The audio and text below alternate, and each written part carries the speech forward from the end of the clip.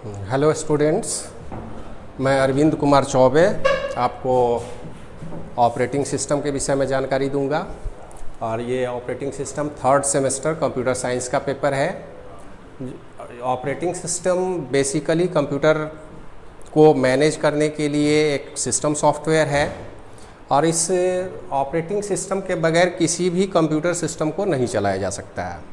Operating system को basically अगर define किया जाए तो हम एक लाइन में डिफ़ाइन कर सकते हैं कि operating system is a program that manages the computer hardware.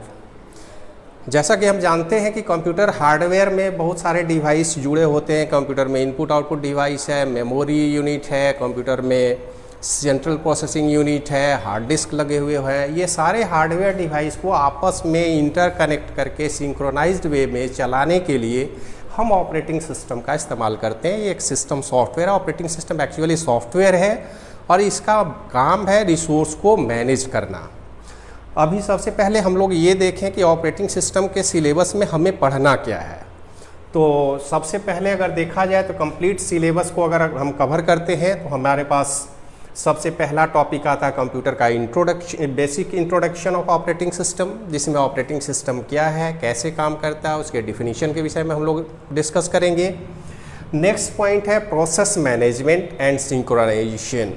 Process management, computer के अंदर प्रोसेसिंग का ही काम मेन होता है और जितने भी प्रोसेसर और उसके रिसोर्स लगे हैं उनको आपस में कोऑर्डिनेट करके मैनेज करना, उनके बीच आपस में सिंक्रोनाइजेशन, ताकि हमको प्रॉपर वे में काम करने में सहूलियत हो और सारे रिसोर्स एक सिंक्रोनाइज्ड वे में काम कर सकें। उस पर डिटेल डिस्कशन हम लोग करेंगे प्रोसेस मैनेजमेंट में। तीसरा यूनिट है हमारा है मेमोरी मैनेजमेंट। हम जानते हैं कि हमारे कंप्यूटर सिस्टम में रैम, रोम, सेकेंडरी स्टोरेज डिवाइस, ये जितने भी स्टोरेज डिवाइस हैं, मेमोरी यूनिट है, इन सब को आपस में कोऑर्डिनेट करना, उसके विषय में डिटेल स्टडी हम लोग करेंगे मेमोरी मैनेजमेंट सिस्टम में। इसके बाद हम लोग फाइल मैनेजमेंट पर डिस्कशन करेंगे। नेक्स्ट पॉइंट है computer security and protection. Computer security, आज के डेट में सबसे बड़ा थ्रेट कंप्यूटर में कंप्यूटर सिक्योरिटी का है। हमारा कंप्यूटर, चूँकि हम ग्लोबल नेटवर्क से जुड़े हुए होते हैं, आज के डेट में कोई भी कंप्यूटर ग्लोबल सिस्टम का पार्ट होता है तो उसमें सिक्योरिटी और प्रोटेक्शन भी बहुत इंपॉर्टेंट टॉपिक हो जाता है, जिसके विषय में जानना बहुत ही ज़रूरी है, जिस पर डिस्कशन करेंगे हम लोग पूरे चैप्टर में। इसके बाद आता है multi processor system. Multi processor system में हम लोग डिस्कस करेंगे वैसे सिस्टम के विषय में जिसमें एक से अधिक माइक्रो प्रोसेसर अटैच्ड होते हैं, उनका क्या रोल होगा और कैसे उनको मैनेज करेंगे, प्रोसेस को कैसे हैंडल करेंगे ताकि हमारा सिस्टम प्रॉपर वे में काम कर सके। और इसके बाद टॉपिक में Linux and Unix operating system पर डिस्कस करेंगे। लाइनेक्स में खास करके सेल प्रोग्रामिंग के विषय में, लाइनेक्स के कमांड्स के विषय में हम लोग डिस्कस करेंगे। और ये सारा कुछ डिस्कशन करने के साथ साथ विंडोज़ जो मोस्ट कॉमन और मोस्ट पॉपुलर ऑपरेटिंग सिस्टम है उस पर तो हम लोग डिस्कस करेंगे ही। तो ये कंप्लीट सिलेबस है जिसके विषय में आगे आने वाले लेक्चर में हम लोग डिस्कस करेंगे। सबसे पहले हम लोग विशेष करके देखें कि एक ऑपरेटिंग सिस्टम का क्या पोजीशन है हमारे कंप्यूटर सिस्टम में। तो सबसे पहले हमारे पास जो कंप्यूटर सिस्टम यूनिट है वो कंप्यूटर का हार्डवेयर के रूप में हम लोग जानते हैं। कंप्यूटर का हार्डवेयर, इसके अंदर या तो हम सीपीयू की बात कर लें, रैम की बात करें, रोम हो, हार्ड डिस्क हो, और भी डिवाइस है। ये सारे हार्डवेयर डिवाइस हमारे कंप्यूटर हार्डवेयर के पार्ट हैं और इन हार्डवेयर पार्ट को हम डायरेक्ट नहीं चला सकते, क्योंकि हार्डवेयर में जो लैंग्वेज है, जो व्यवस्था है इनको काम करने का, वो कंप्लीट इलेक्ट्रॉनिक सिस्टम है। इसमें इलेक्ट्रिकल सिग्नल के द्वारा हम प्रोसेसिंग करते हैं और ये इलेक्ट्रॉनिक सिग्नल जनरली इनके लिए जो लैंग्वेज हम इस्तेमाल करते हैं वो बाइनरी लैंग्वेज है। बाइनरी लैंग्वेज में कंप्यूटर को डील करना बहुत ही मुश्किल है। एक सामान्य पर्सन के लिए तो लगभग नामुमकिन हो सकता है, क्योंकि उनको उतनी समझ नहीं होती है। और हम कंप्यूटर हार्डवेयर को चाहते हैं पॉपुलर करना। कंप्यूटर हार्डवेयर को कोई भी पर्सन जो बाइनरी लैंग्वेज नहीं भी जानता वो चलाना चाहता है। वैसी स्थिति में हमको इसके ऊपर ऑपरेटिंग सिस्टम को इंस्टॉल करना होता है। ये ऑपरेटिंग सिस्टम हार्डवेयर के सारे रिसोर्स को मैनेज करेगा। और ऑपरेटिंग सिस्टम के ऊपर हम यूजर के एप्लीकेशन को लोड करते हैं और फाइनली यूजर अपने एप्लीकेशन के साथ एसोसिएटेड होता है। हम जानते हैं कि एक स्टूडेंट अगर कोई काम करना चाहता है, मान लेते हैं माइक्रोसॉफ्ट वर्ड में हम काम करते हैं, तो वर्ड हमारा एक एप्लीकेशन है। हम जानते हैं टेक्स्ट एडिटर का काम करता है, डॉक्यूमेंट इसमें बनाया जाता है। तो उस डॉक्यूमेंट को कंप्यूटर हार्डवेयर में रैम में रखना, रोम में रखना, सेकेंडरी डिवाइस में रखना, ये सारा मैनेजमेंट का काम हमारा ऑपरेटिंग सिस्टम करेगा।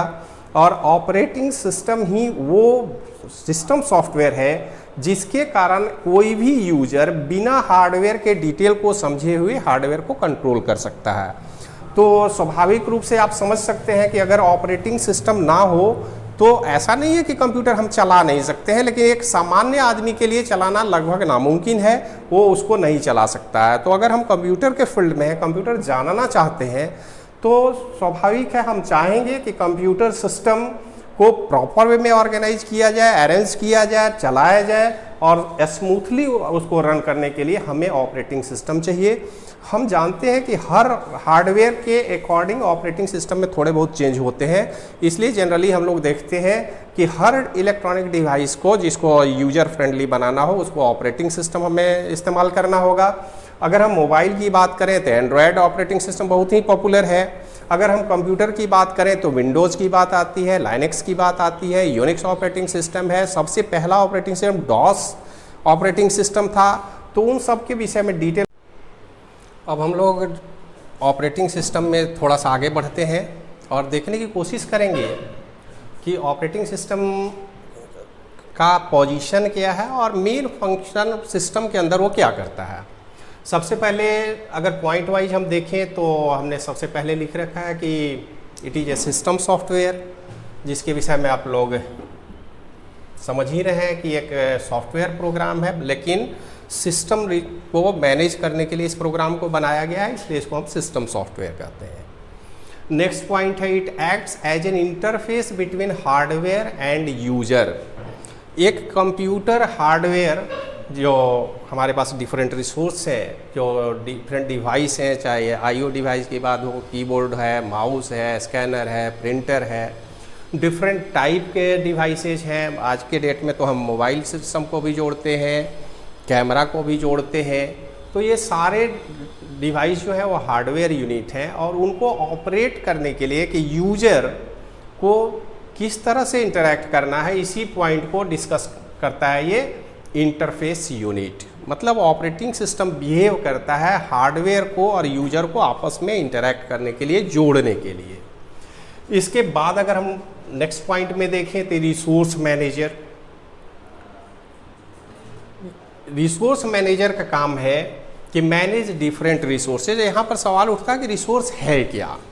तो इस बात को अगर हम ऐसे समझें, मान लेते हैं कि हमारा जो हार्डवेयर है इससे थोड़ा सा अलग अगर हम चले, मान लेते हैं हम पूरे स्टेट की बात करें तो स्टेट जो हमारा बिहार है,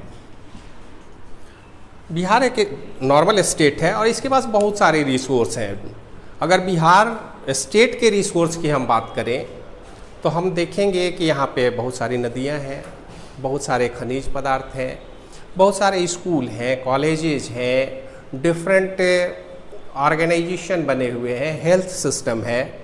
तो ये सारे एक्चुअल में हमारे बिहार स्टेट के रिसोर्स हैं, चाहे डिफरेंट हॉस्पिटल की बात हो, कॉलेज की बात हो, स्कूल की बात हो। और इन सारे रिसोर्स को प्रॉपर वे में मैनेज करने के लिए हमने क्या किया है, अगर ऑपरेटिंग सिस्टम से थोड़ा सा हम हट जाएं तो यहाँ पर हमने क्या किया है कि गवर्नमेंट का एस्टेब्लिशमेंट किया है। गवर्नमेंट ऑफ बिहार, बिहार सरकार जो व्यवस्था कर रही है उसका बेसिक फंक्शन है हमारे स्टेट के रिसोर्स को प्रॉपर वे में मैनेज करना। इस मैनेजमेंट के लिए हमने गवर्नमेंट बनाया है। गवर्नमेंट प्रॉपर वे में मैनेज करे, इंडिपेंडेंटली सबको बराबर का हक मिले, सबको सारे सिस्टम पर बराबर का राइट हो, ये इंश्योर करना गवर्नमेंट का काम है। ये एक्चुअल में बिहार स्टेट के लिए ऑपरेटिंग सिस्टम का काम कर रहा है। और अगर हम यहाँ पर आम पब्लिक के लिए बात करें तो आम पब्लिक जो है वो यूजर है। अब यहाँ पर गवर्नमेंट का रोल क्या है? अगर हम ऑपरेटिंग सिस्टम के पॉइंट ऑफ व्यू से देखें तो गवर्नमेंट का रोल क्या है? हमारे पास बहुत सारे रिसोर्स हैं, लेकिन रिसोर्स सरप्लस नहीं है, रिसोर्स हमारे पास लिमिटेड है। हमारे पास स्कूल लिमिटेड है, कॉलेज लिमिटेड है, हॉस्पिटल लिमिटेड है। तो हम कैसे मैनेज करें कि किसी के साथ पार्शियलिटी ना हो और सबको रिसोर्स में बराबर का हक मिले? अगर हम बात करें, मान लेते हैं रेलवे सिस्टम का, रेलवे में हमारा हार्डवेयर के रूप में हम क्या मान के चल सकते हैं कि एक ट्रेन है हमारे पास, उस ट्रेन पर सारे हिंदुस्तान के जितने भी लोग हैं, जो भी पब्लिक है, सबका बराबर राइट है। लेकिन एट ए टाइम में सारे लोग अगर ट्रेन का इस्तेमाल करना चाहे तो उनको नहीं मिलेगा। तो उसके लिए हम क्या करेंगे, एक प्रॉपर गाइडलाइन बनाते हैं, रूल रेगुलेशन बनाते हैं। तो रेगुलेशन बनाने का काम हमारा गवर्नमेंट ऑफ इंडिया करती है, रेलवे का पूरा डिपार्टमेंट करता है, और यही है रिसोर्स मैनेजमेंट। क्यों? क्योंकि अगर हम रिसोर्स का मैनेजमेंट नहीं करेंगे तो फिर क्योस की स्थिति होगी, एक ही सीट के लिए 5-5 लोग आ जाएंगे, झगड़ा होने लगेगा। तो उससे बचने के लिए हमें क्या करना होता है, हमको एक ऐसे रिसोर्स मैनेजमेंट की ज़रूरत होती है जो कुछ न कुछ रूल या रेगुलेशन एस्टेब्लिश करेगा, जिसमें किसी के साथ पार्शियलिटी ना हो, सबको बराबर का हक हो, और उसमें जो ऑर्डर हमने निश्चित किया है उसके अनुरूप रिसोर्स का इस्तेमाल किया जाए। कुछ इसी तरह का व्यवस्था हमने ऑपरेटिंग सिस्टम लगा के किया है अपने कंप्यूटर के साथ। क्योंकि कंप्यूटर सिस्टम में जो रिसोर्स, हमारे पास सिंगल सीपीयू है, हम 2, 3, 4, 5, 10 अलग अलग प्रोग्राम रन करना चाहते हैं। आप जरा विचार कीजिए कि अगर वहाँ पर प्रायोरिटी ऑर्डर के हिसाब से काम लिया जाए, फर्स्ट कम फर्स्ट सर्व की प्रायोरिटी हम लगाएं, तो एक प्रोग्राम जब तक रन करेगा तब तक दूसरा प्रोग्राम काम नहीं कर सकता है। और हम चाहते हैं आज के डेट में हमको पैरेलल सारे प्रोग्राम को रन करना होता है, क्योंकि हमें बहुत सारे काम कम से कम समय में करने होते हैं। हम एक ही समय में टेक्स्ट एडिटिंग की भी काम करते हैं, हम एक ही समय में वीडियो प्ले करना चाहते हैं, इंटरनेट पर सर्फिंग करना चाहते हैं। तो ये सारा व्यवस्था हमारा ऑपरेटिंग सिस्टम प्रोवाइड करता है कंप्यूटर के केस में। और यूजर एक या एक से अधिक प्रोग्राम या एक से अधिक यूजर ऑपरेटिंग सिस्टम के थ्रू इंडिपेंडेंटली हार्डवेयर रिसोर्स को सिंक्रोनाइज्ड वे में एक्सेस कर सकते हैं। ये मेन फंक्शन है ऑपरेटिंग सिस्टम का। अब यहाँ पर हार्डवेयर के केस में अगर रिसोर्स की हम बात करें तो हमारे हार्डवेयर में क्या क्या रिसोर्स है? हमारे पास सीपीयू है, हमारे पास रैम मेमोरी है। रैम मेमोरी हर सिस्टम में अलग अलग कैपेसिटी का होता है, किसी में कम हम इस्तेमाल करते हैं, किसी में ज़्यादा काम करते हैं। और हमारे पास हार्ड डिस्क है, हमारे पास सेकेंडरी स्टोरेज में पेन ड्राइव भी इस्तेमाल हम करते हैं। इनपुट डिवाइस में कीबोर्ड का भी इस्तेमाल करते हैं, माउस का भी इस्तेमाल करते हैं, स्कैनर का इस्तेमाल करते हैं। आउटपुट डिवाइस में हम प्रिंटर का इस्तेमाल करते हैं। अब सोचिए कि इन सारे रिसोर्स को अगर प्रॉपर ऑर्डर में हम अरेंज ना करें तो क्या समस्या होगी? या तो कोई एक पार्टिकुलर प्रोग्राम ही रन करेगा एक निश्चित टाइम तक। अगर ऐसा व्यवस्था हो जाए तो हम एक समय में एक से अधिक प्रोग्राम रन ही नहीं कर सकते। लेकिन ऑपरेटिंग सिस्टम हमको ये व्यवस्था प्रोवाइड करता है कि हम एक से अधिक जितने भी प्रोग्राम चाहें हम रन कर सकते हैं। अब एक कॉमन यूजर को तो ये भी नहीं पता कि वो हार्डवेयर रिसोर्स को कैसे एक्सेस करेगा। हार्डवेयर का ना उन्हें लैंग्वेज पता है, ना हार्डवेयर को डायरेक्ट एक्सेस कर सकते हैं। तो ऐसी स्थिति में यूजर सिर्फ और सिर्फ ऑपरेटिंग सिस्टम के साथ इंटरैक्ट करेगा। ऑपरेटिंग सिस्टम की जिम्मेदारी होगी कि वो सारे डिवाइस जितने भी कंप्यूटर हार्डवेयर के रूप में हमारे सिस्टम में अवेलेबल है उनका प्रॉपर एक्सेस हो, विदाउट पार्शियलिटी हो, इंडिपेंडेंटली हो, और सारे रिसोर्स पर सारे यूजर का बराबर का एक्सेस राइट मिले।